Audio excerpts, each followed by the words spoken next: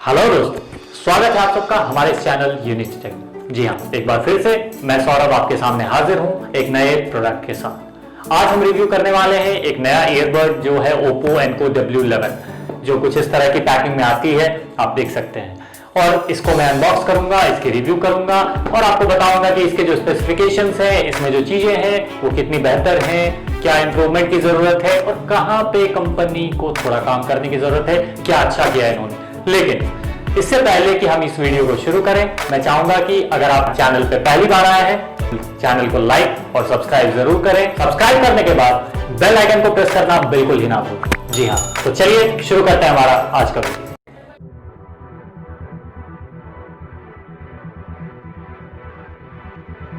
तो दोस्तों शुरू करते हैं इसकी अनबॉक्सिंग। तो जैसा कि आप देख सकते हैं कि बॉक्स के टॉप पे आपको Oppo लिखा मिल रहा है, उसके नीचे आपको मॉडल का नेम है Oppo Enco W11 और ईयरबड्स आपको शो किए गए हैं। अगर मैं साइड पे देखूं तो अगेन यहाँ पे सिर्फ Oppo का लोगो है। दोस्तों मैं बैक पे दिखाऊं आपको तो यहाँ पे बाइनॉरल साइमल्टेनियस ब्लूटूथ ट्रांसमिशन है। इसके अलावा 20 आवर की बैटरी लाइफ है और एनहांस्ड बेस की बात की गई है। नॉइज रिडक्शन ड्यूरिंग कॉल्स का दावा है। IP55 rated water and dust resistance की बात की गई है। इंटेलिजेंट टच कंट्रोल्स हैं यहाँ पे, तो ये आपको मिलती है इसके बॉक्स पे देखने के लिए। बाकी बहुत ही छोटे अक्षरों में बहुत सारी चीजें लिखी गई हैं, तो ये मैं आपको दिखा नहीं पाऊंगा, लेकिन मैं बताऊंगा आपको जब हम अनबॉक्सिंग करेंगे इसकी। तो चलिए दोस्तों हम करते हैं इसकी अनबॉक्सिंग। तो ये बॉक्स खुलता है कुछ ऐसे, ये आपने ओपन किया, आपको ओपन करते ही ये ओवल शेप में आपको Oppo का दिखता है चार्जिंग केस। इसे आप रिमूव कर सकते हैं। ऐसे आपने रिमूव किया तो आप देख सकते हैं कि ये जो है ग्लॉसी फिनिश में आपको दिया गया है। राइट, आप यहाँ पे देख सकते हैं कि प्योर ग्लॉसी फिनिश है, मैट फिनिश नहीं है। अगर मैं इसको होल्ड करने की बात करूँ तो बहुत ही इजी टू होल्ड है। अगर ओपन करने की बात करूं तो एक चीज़ है कि आपको यहाँ पे आपके दोनों हैंड्स यूज़ करने होंगे, आप सिंगल हैंडेडली इसे ओपन नहीं कर सकते हैं। इसके अलावा यहाँ पे पीछे अगर मैं बताऊं तो कुछ टेक्निकल स्पेसिफिकेशंस दी गई हैं, कुछ गाइडलाइंस दी गई हैं, सर्टिफिकेशंस क्या क्या हैं वो सारी चीज़ें दी गई हैं। तो बेसिकली ओवरऑल कुछ ऐसा है, कोई बटन नहीं दिया गया है इसमें, कोई स्पेसिफिक पेयरिंग बटन नहीं है, जो मुझे सबसे खास लगी इसमें। कोई पेयरिंग बटन नहीं है। सो बेसिकली आपका जो है ये हॉल सेंसर के थ्रू ही पेयर हो जाता है, आपको किसी तरह के बटन प्रेस करने की ज़रूरत नहीं होगी।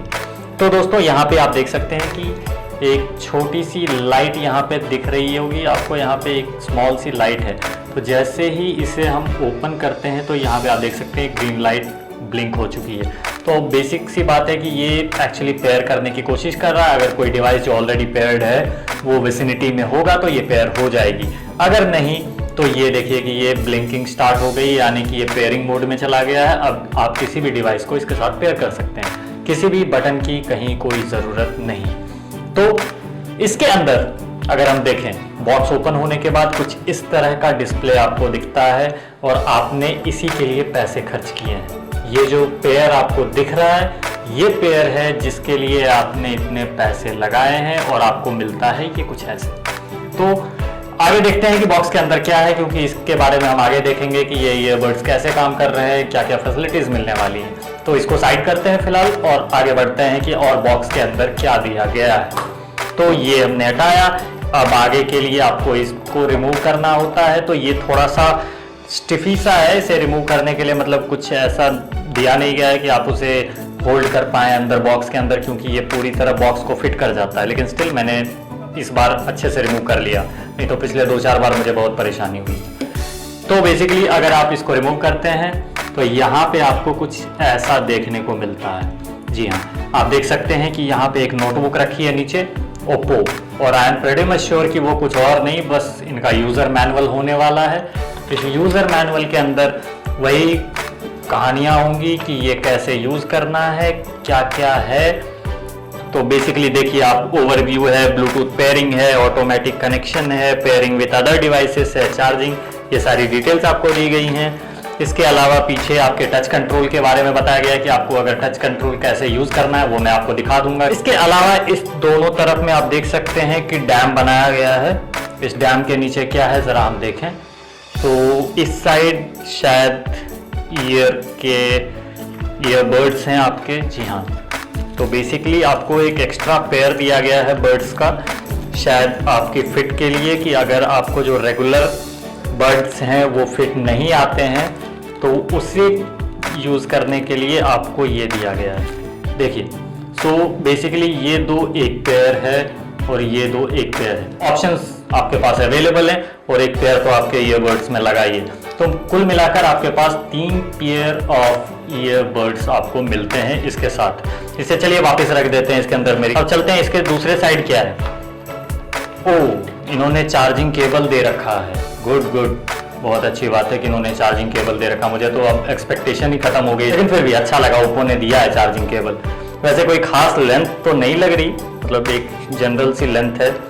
तो ये है आपकी अनबॉक्सिंग। इस बॉक्स के अंदर बस यही मिलने वाला है, इससे ज़्यादा की एक्सपेक्टेशन ना रखें। तो दोस्तों अब चलते हैं, इसे देखते हैं कि ईयरबड्स जो हैं हमारे वो कैसे हैं। तो बेसिकली ये राइट ईयरबड है कुछ इस टाइप का। तो जनरली अगर मैं इन ईयरबड्स की बात करूं तो एक जनरल सा डिज़ाइन है, कोई खास डिज़ाइन नहीं है कि आप अगर कुछ अलग सा एक्सपेक्ट कर रहे हो तो ऐसा कुछ नहीं है। यहाँ पे आपके जो ईयरबड्स हैं वो बिल्कुल ही जेनरिक टाइप के डिज़ाइन में बनाए गए हैं। लेकिन हाँ, अगर मैं फिट की बात करूं तो जैसा मैंने आपको दिखा दिया है ऑलरेडी कि आपके पास अलग अलग फिट की ईयरबड्स मिलेंगी जो आप यूज़ कर सकते हैं अपने ईयर साइज़ के हिसाब से। क्योंकि अगर फिट है तो वो कस्टमाइजेबल होता है और डिपेंड करता है, वैरी करता है। यही रीज़न रहा होगा जिसकी वजह से आपको अलग अलग साइजेस के ईयरबड्स दिए गए हैं।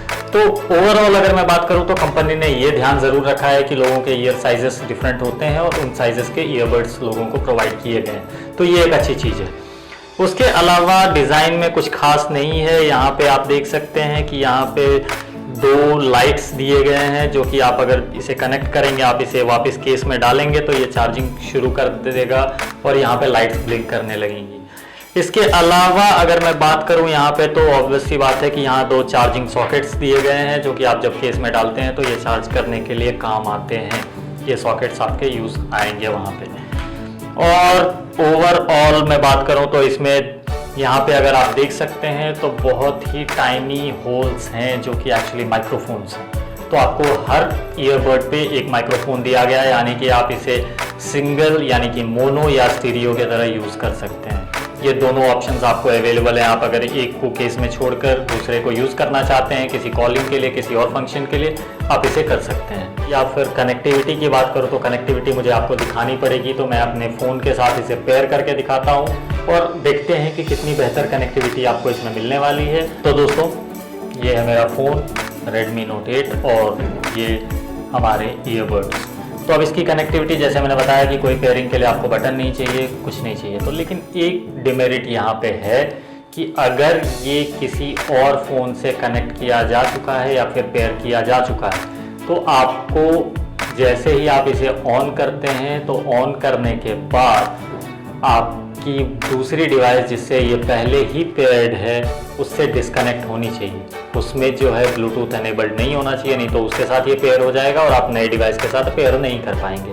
तो जैसे कि अभी ये फ़िलहाल किसी के साथ भी पेयर्ड नहीं है, मैंने इसे अनपेयर कर रखा है। तो आप देख सकते हैं कि मैंने इसे ओपन किया हॉल सेंसर को और ये जो है पेयरिंग मोड में जा चुका है। तो अब अगर मैं रिफ़्रेश करूं यहाँ पे तो मुझे अवेलेबल डिवाइस के अंदर ये ओप्पो Eco W11 दिख रहा है। मैं इसे प्रेस करता हूँ तो प्रेस करने के बाद ये पेयरिंग स्टार्ट हो जाती है और पेयरिंग स्टार्ट होने के बाद मुझे ये पेयर करने के लिए कह रहा है और पेयर करते ही मुझे आ गया कि ये AAC और SBC कोडेक्स को सपोर्ट करता है। तो मैं इसे पेयर कर रहा हूँ। तो मैंने पेयरिंग कर दी इसकी। अब देख सकते हैं आपकी मेरी ब्लूटूथ डिवाइस यहाँ पे कनेक्ट हो चुकी है। अगर आप देख सकते हैं तो यहाँ पे Oppo Eco W11 is connected. तो ये बेसिकली आपकी पेयरिंग है। अब इसकी टेस्ट करते हैं कि ये बेसिकली कितना फास्ट कनेक्टिविटी प्रोवाइड करने वाला है। तो यहाँ पे मैंने हॉल सेंसर बंद किया और देखते हैं कितना टाइम लगता है डिस्कनेक्ट होने में। तो बेसिकली आप देख सकते हैं ये डिस्कनेक्ट हो चुका है। अब अगेन अगर मैं ओपन करता हूँ तो देखें कि कितने जल्दी ये कनेक्ट होता है। आप देख सकते हैं कि विद इन 1 to 2 सेकेंड्स आपका जो है डिवाइस पेयर हो जाता है। तो कनेक्टिविटी बहुत ही अच्छी मिलने वाली है, इसमें कोई डाउट नहीं। लेकिन एक चीज़ मैंने अभी आपको दिखाई कि ये SBC एंड AAC कोडेक को सपोर्ट करता है, तो ये चीज़ आप हमेशा ध्यान रखना, क्योंकि ये एक बहुत ही इंपॉर्टेंट फीचर है। अगर आपके फ़ोन में ये कोडेक सपोर्ट नहीं करते हैं तो साउंड क्वालिटी उतनी बेहतर नहीं मिलने वाली है आपको। तो अगर आप एक बार चेक कर लें अपने फ़ोन मॉडल के हिसाब से कि क्या आपके फ़ोन में ये कोडेक सपोर्टेड है। अगर सपोर्टेड है तो आई कैन रिकमेंड कि आप ये लें। अगर सपोर्टेड नहीं है तो मैं उसी समय कहता हूँ कि साउंड क्वालिटी आपको बेहतर नहीं मिलेगी, आपकी एक्सपेक्टेशंस पूरी नहीं हो पाएंगी। तो इस चीज़ का ध्यान ज़रूर रखें दोस्तों। तो दोस्तों मैं अब आपको इसके टच कंट्रोल्स के बारे में बता दूं। तो बेसिकली जैसे कि आप देख सकते हैं कि मेरा म्यूज़िक प्लेयर ओपन है और ईयरबड्स मेरे हाथ में। यहाँ पे वेयर डिटेक्शन टेक्नोलॉजी नहीं मिल रही है आपको, जैसा कि कुछ ईयरबड्स में आपने देखा पिछले वीडियोस में कि ईयर डिटेक्शन टेक्नोलॉजी मिल रही थी, लेकिन यहाँ पे ऐसा कुछ नहीं मिलेगा आपको। तो टच जेस्चर की बात कर लूँ मैं, तो बेसिकली अगर आप सिंगल टैप करते हैं किसी भी ईयरबड पे तो आपका प्ले पॉज होता है। जैसे मैंने अभी राइट पे टैप किया तो देख सकते हैं वहाँ पे प्ले हो गया था, फिर यहाँ पे मैंने एक बार फिर से टैप किया तो वो पॉज हो चुका है। इसी तरह मैं लेफ़्ट पे भी करता हूँ, अगर मैंने टैप किया तो देख सकते हैं कि आप प्ले हो चुका है, फिर से अगर मैं टैप करूँ तो वो पॉज हो जाएगा। तो दोस्तों नेक्स्ट सॉन्ग के लिए आपको डबल टैप करना होता है ऑन द राइट ईयरबड। तो ये मैंने डबल टैप किया और आप देख सकते हैं कि सॉन्ग चेंज हो चुका है। लेकिन और प्रीवियस सॉन्ग के लिए डबल टैप करना होता है आपको लेफ्ट ईयरबड पे, तो मैंने लेफ्ट पे डबल टैप किया और ये प्रीवियस सॉन्ग हो चुका है। तो ये आपका नेक्स्ट एंड प्रीवियस के लिए है। वीवो के नियो TWS में था कि आप अगर वॉल्यूम कंट्रोल करना चाहते हैं उसमें स्लाइड का ऑप्शन था, इसमें टैप एंड होल्ड का ऑप्शन है। तो अगर आप राइट ईयरबड पे टैप एंड होल्ड करते हैं तो वॉल्यूम इंक्रीज होती है, और लेफ्ट ईयरबड पे टैप एंड होल्ड करते हैं तो वॉल्यूम डिक्रीज होती है। ये चीज़ें मेरे फ़ोन में नहीं दिख रही हैं क्योंकि ये भी ईयरबड का फंक्शन है और यहीं पे दिख रहा है। इसके अलावा अगर मैं टच जेस्चर की बात करूं तो ये अगर आप आंसर करना चाहते हैं, कॉल आंसरिंग फीचर, तो डबल टैप अगर करते हैं लेफ्ट ईयरबड पे या राइट ईयरबड पे, किसी पे भी डबल टैप करेंगे तो आप आंसर कर सकते हैं या एंड कर सकते हैं कॉल को। इसके अलावा अगर ट्रिपल टैप आप करेंगे किसी भी ईयरबड में तो वो आपके वॉइस असिस्टेंट फीचर को ऑन करेगा।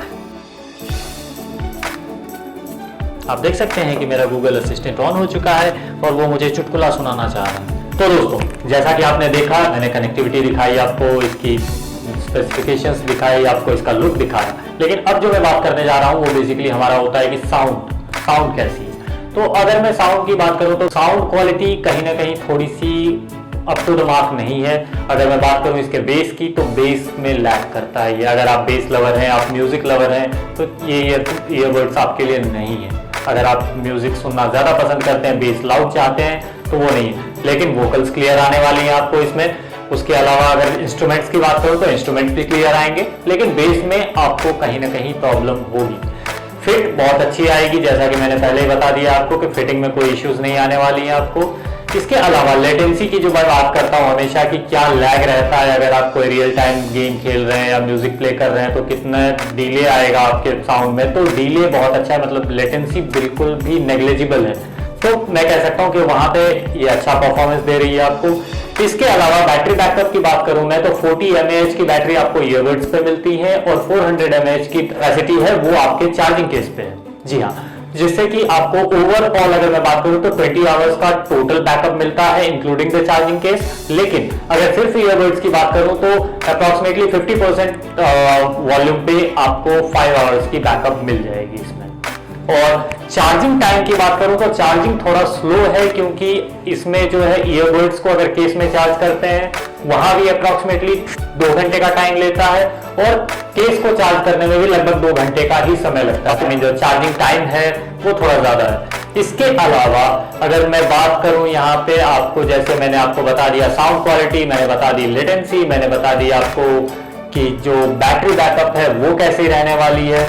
तो ये सारी चीजें जानने के बाद अगर मैं बात करूं इसकी कॉलिंग की, जो कॉलिंग बहुत सारे लोग ऐसे होते हैं जो कि चाहते हैं आज के डेट में, क्योंकि बहुत सारी कॉलिंग होती है, तो कॉलिंग फैसिलिटी में मैं बात करूं तो यहाँ पे थोड़ी सी ऐसी है कि माइक्रोफोन कुछ ज़्यादा खास नहीं कमाल कर पाते हैं।